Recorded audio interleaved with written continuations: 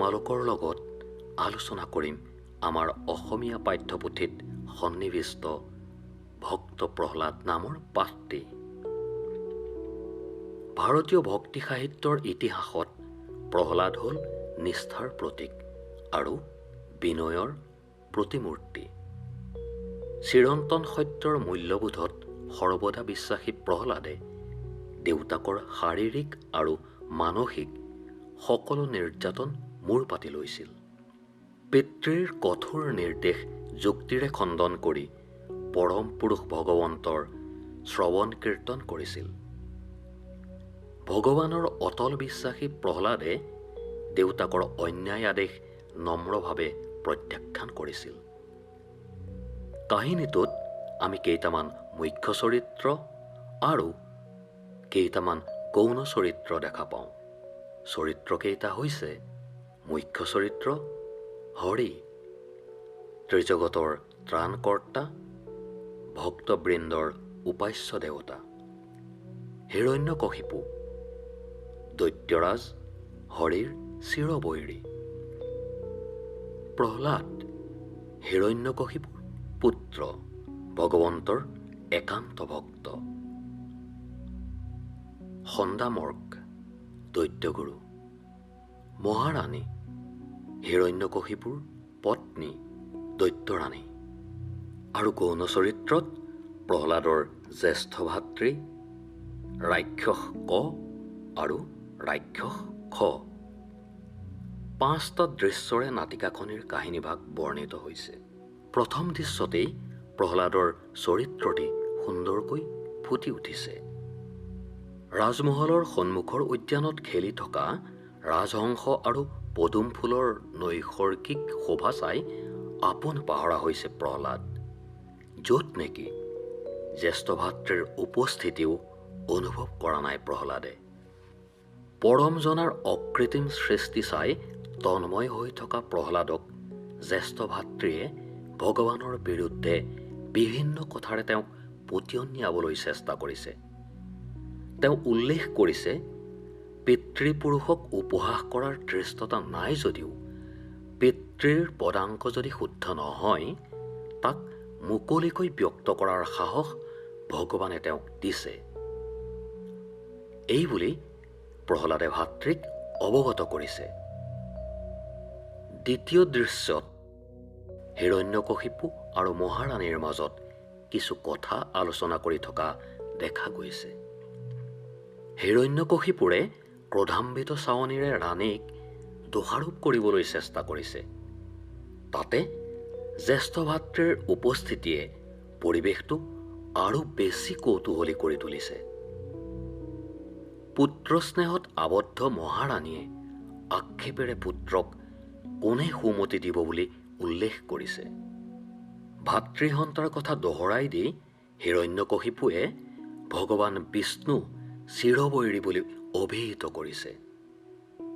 তৃতীয় দৃশ্যত ৰাজমহলৰ অধ্যয়ন কক্ষত দৈত্যগুৰু সন্দামৰ্কই প্ৰহ্লাদক অসুৰসকলৰ বামনয়ো শাস্ত্ৰ জ্ঞান দিবলৈ চেষ্টা কৰিছে। ভগৱানৰ চিন্তাত অচল অটল প্ৰহ্লাদে শান্ত সমাহিত বদনে গুৰুলৈ চাই উত্তৰ দিছে। বামনই শাস্ত্ৰজ্ঞান গ্ৰহণ নকৰাৰ কথা কৈছে। নানা বুজনিয়েও প্ৰহ্লাদক বুজাব পৰা নাই। তেনে সময়তেই পিতৃ হিৰণ্যকশিপু উপস্থিত হৈ পুত্ৰৰ অৱস্থাৰ বুজ লৈছে।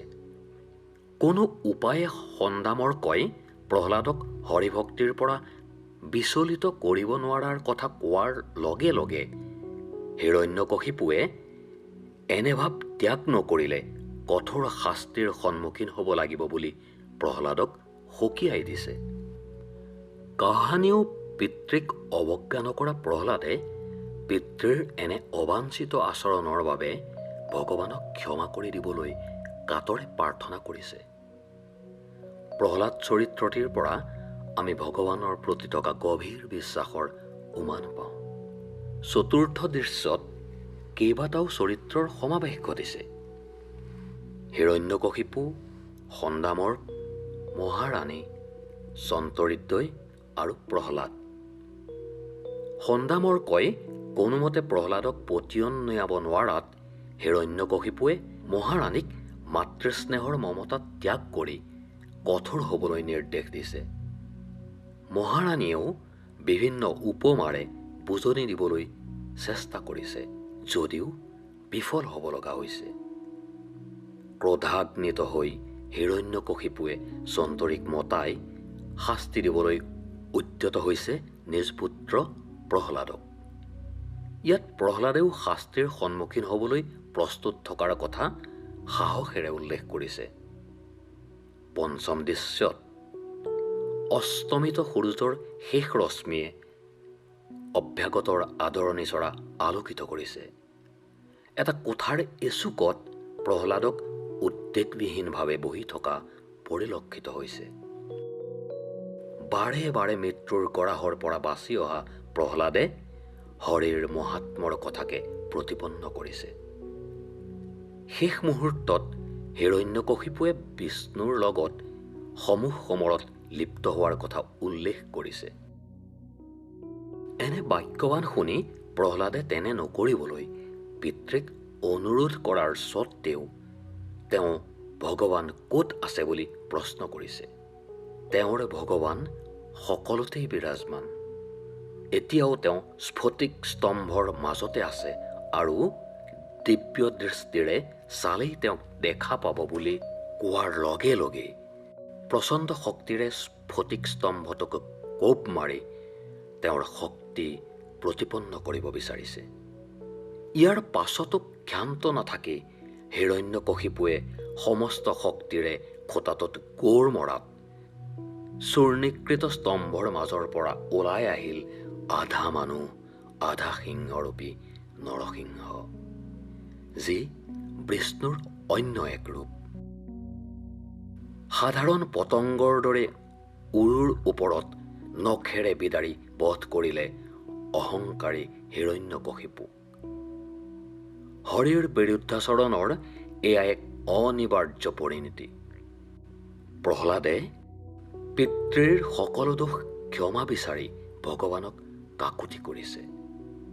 প্ৰহ্লাদৰ প্ৰাৰ্থনাত নৰসিংহৰূপী নাৰায়ণ সমাহিত হ'ল আৰু তেওঁক আশীৰ্বাদ দি মুহূৰ্ততে অন্তৰ্ধান হ'ল।